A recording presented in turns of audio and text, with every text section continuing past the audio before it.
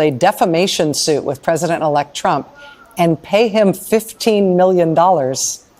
Had the president-elect licking his chops today at a press conference, talking about the prospects he imagines for going after more media outlets. He said he plans to sue somebody, I don't know, the people of Iowa, their newspaper. It wasn't totally clear. He plans to sue someone over a poll late in the election season that showed Trump doing well in, Trump not doing as well as he did in Iowa. Since he eventually won Iowa, he thinks that's grounds for a lawsuit because that poll said he might lose it. The especially hairy thing that he said today was that actually he shouldn't have to bring suits like this himself. He expects that the Justice Department, the U.S. Department of Justice, should bring lawsuits like this on his behalf. The dynamic that's emerging for the second Trump term is not just that powerful people want to be able to use their own power to harass their perceived critics. It's that the new president-elect expects that he will be able to use not just his own power and influence, but he will be able to use the U.S. government to harass and punish his critics. And it's not just the Justice Department he plans to use.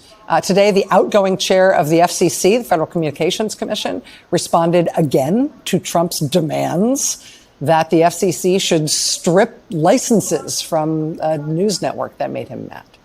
The outgoing chair said, quote, "The FCC has no business threatening to take away broadcast licenses because the president doesn't like the content or coverage on a network." Ahead of the election, Trump talked about using the U.S. military domestically to target Americans who oppose him or protest against him, the so-called enemy from within.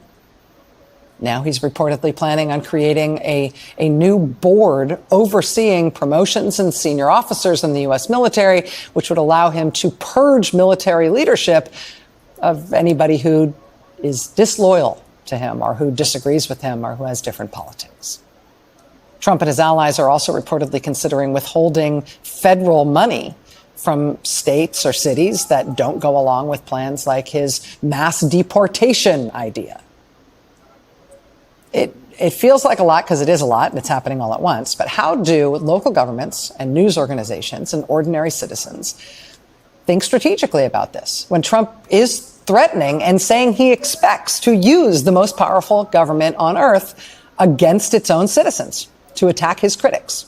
What can your mayor or your governor or your local paper or some voluntary organization you might be part of do to stand up against that in a time like this? Just the person to ask. Joining us now is Anthony Romero, Executive Director of the American Civil Liberties Union. Anthony, it's really nice to see you. Thank you for coming in. Great to see you. Great to see you. Having you and Tim Snyder here on the same night feels to me like I won the lottery. I really appreciate No, you it's being great. here. It was great to be with you. Tell me about how you at the ACLU are thinking about your plans to try to defend American civil liberties in this term versus the first term. Well, we've been planning for almost a year. We were anticipating the possibility that he would win this election. So we've spent thousands of staff hours studying Project 2025, tracking the campaign promises, going back and playing back what happened in Trump 1.0 to see what might happen with Trump 2.0. And so we've been trying to get ready for this whole period of time. We can't run the same playbook. They're going to be more aggressive. They're smarter. They're faster off the block. They are really they're running the gauntlet on many of the policy issues that they didn't dare try last time. They're going to run the ball down the field. And so we have to be much smarter and much better prepared. Litigation is going to be key. The courts still are a place where we have to turn to.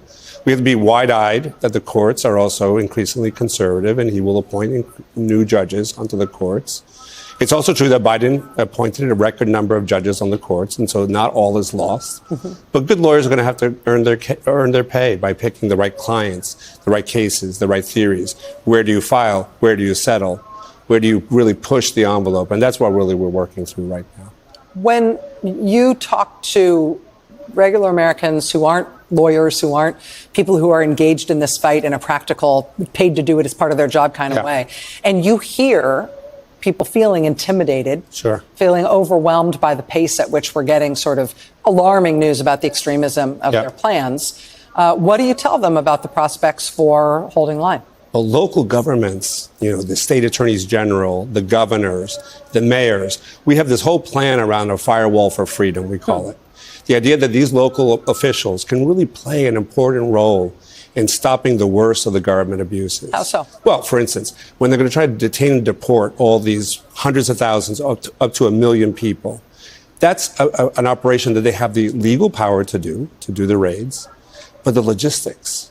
And they're going to need mayors and governors or city councils to either give them access to police officers or not, jails. Where are you going to house all these folks? Right? And so part of what we're doing is we're preparing executive orders and we're organizing our folks to put pressures on elected officials so they don't roll over. They should sever these relationships they have with the federal government on immigration enforcement. They should make sure that our prisons and our jails are off limits.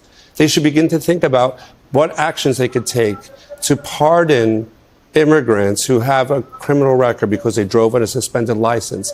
Well, let's take them out of harm's way. They could do that now. Let's commute. They could do that now in the transition. Yes. And so part of what we got to do is we got to swarm our allies in some of these places. And even in red states, you have some blue mayors. And so there's a whole game plan for this. And I think part of what we're trying to do is breaking it down. What can be done by the courts and lawyers? What can be done by citizens? What can governors do? What can mayors do? And really have a game plan for that. When people look at the fact that there haven't been large-scale protests thus far, the way there were pretty soon after the election in 2016, I tend to look at that and think the American people are smart. People are marshaling their resources. They're waiting. Choosing for the right moment. Exactly. Do you see it the same way, or Totally. do you see it's okay? When he starts deporting all these folks, ripping apart communities, the idea that you're never going to be able to move that many people through the immigration system without ripping apart citizens and immigrants. It's going to rip the basic fiber of our lives. And that's when people are going to say, oh, that's not what we bargained for. We got to turn out. Anthony Romero, Executive Director of the American Civil Liberties Union. There's a lot on your shoulders, my friend. Thank you for being here. I have a lot of friends helping me. Good. Thank you. Thank you.